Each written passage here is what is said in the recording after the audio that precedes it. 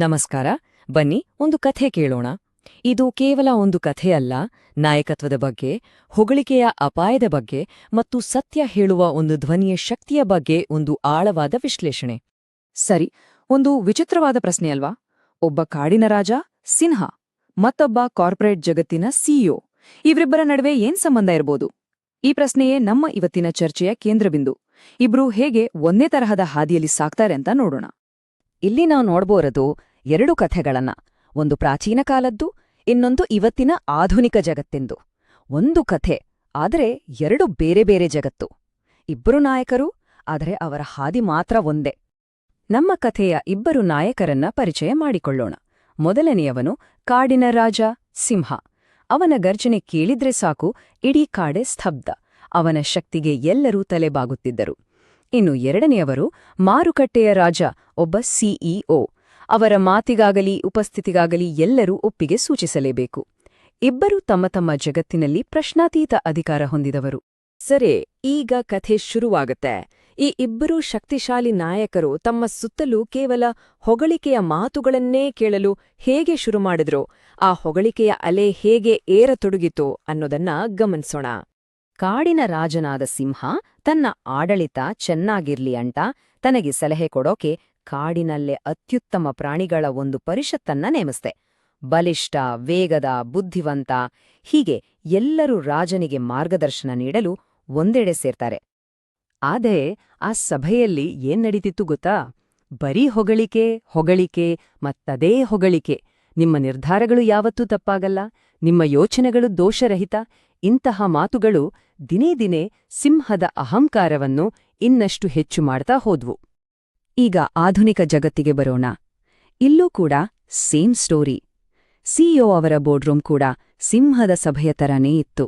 ಸಲಹೆಗಾರರು, ಸೀನಿಯರ್ ಮ್ಯಾನೇಜರ್ಗಳು ಎಲ್ಲರೂ ಅವರ ಪ್ರತಿಯೊಂದು ಐಡಿಯಾಗೂ ಸೂಪರ್ ಅಂತಿದ್ರು.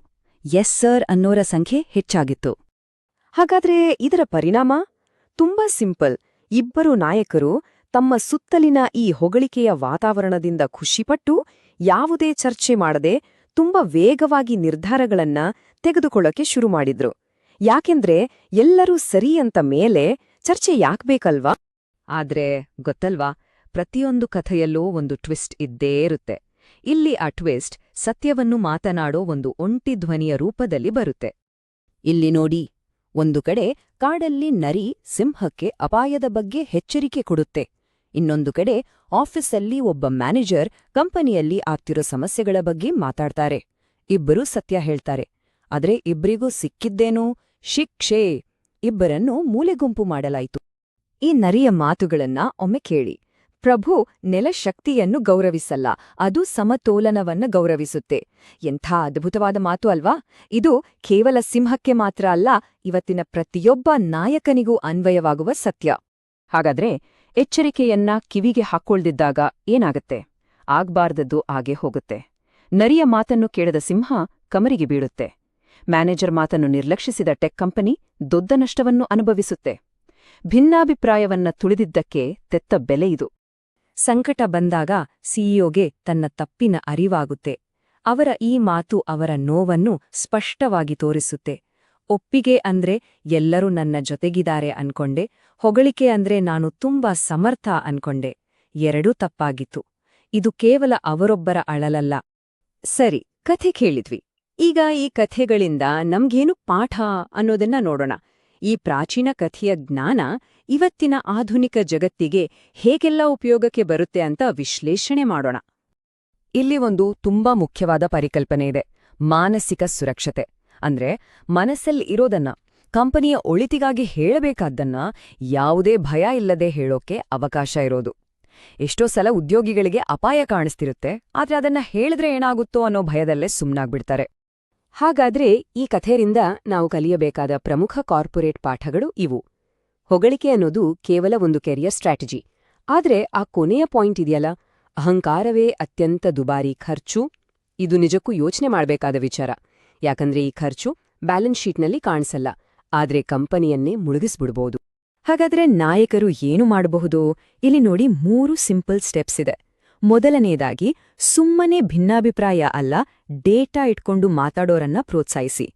ಎರಡನೇದಾಗಿ, ಒಬ್ಬ ಲೀಡರ್ ಎಷ್ಟು ಎಸ್ ಗಳಿಸ್ತಾನೆ ಅನ್ನೋದಕ್ಕಿಂತ ಎಷ್ಟು ಗುಣಮಟ್ಟದ ಭಿನ್ನಾಭಿಪ್ರಾಯವನ್ನು ಆಕರ್ಷಿಸುತ್ತಾನೆ ಅನ್ನೋದ್ರ ಮೇಲೆ ಅವರನ್ನ ಅಳೆಯಬೇಕು. ಇದು ಬಹುಶಃ ಒಬ್ಬ ಲೀಡರ್ ಕೇಳಬೇಕಾದ ಅತ್ಯಂತ ಶಕ್ತಿಶಾಲಿ ಪ್ರಶ್ನೆ. ನನ್ನ ಜೊತೆ ಇಲ್ಲಿ ಯಾರು ಒಪ್ಪಲ್ಲ ಮತ್ತು ಯಾಕೊಪ್ಪಲ್ಲ? ಈ ಪ್ರಶ್ನೆಗೆ ಉತ್ತರವಾಗಿ ಬರೀ ಮೌನ ಇದ್ರೆ ಅರ್ಥ ಮಾಡ್ಕೊಳ್ಳಿ, ಸಮಸ್ಯೆ ಆಗ್ಲೇ ತುಂಬಾ ದೊಡ್ಡದಾಗಿದೆ ಅಂತ. ನಾವು ಈಗ ಕೊನೆ ಭಾಗಕ್ಕೆ ಬಂದಿದ್ದೀವಿ. ಈ ಸಾವಿರಾರು ವರ್ಷಗಳ ಹಳೆಯ ಕಥೆಯ ಜ್ಞಾನ ಇವತ್ತಿನ ದಿನಗಳಲ್ಲಿ ಯಾಕೆ ಹಿಂದೆಂದಿಗಿಂತಲೂ ಹೆಚ್ಚು ಮುಖ್ಯವಾಗಿದೆ? ಬನ್ನಿ ನೋಡೋಣ. ಇವತ್ತಿನ ಕಾರ್ಪೊರೇಟ್ ಜಗತ್ನಲ್ಲಿ ಹೈರಾರ್ಕಿ ಅನ್ನೋದು ಈ ಎಕೋ ಚೇಂಬರ್ಗಳನ್ನ ಅಂದ್ರೆ ಪ್ರತಿಧ್ವನಿ ಕೋಣೆಗಳನ್ನ ಇನ್ನೂ ದೊಡ್ಡದು ಮಾಡುತ್ತೆ.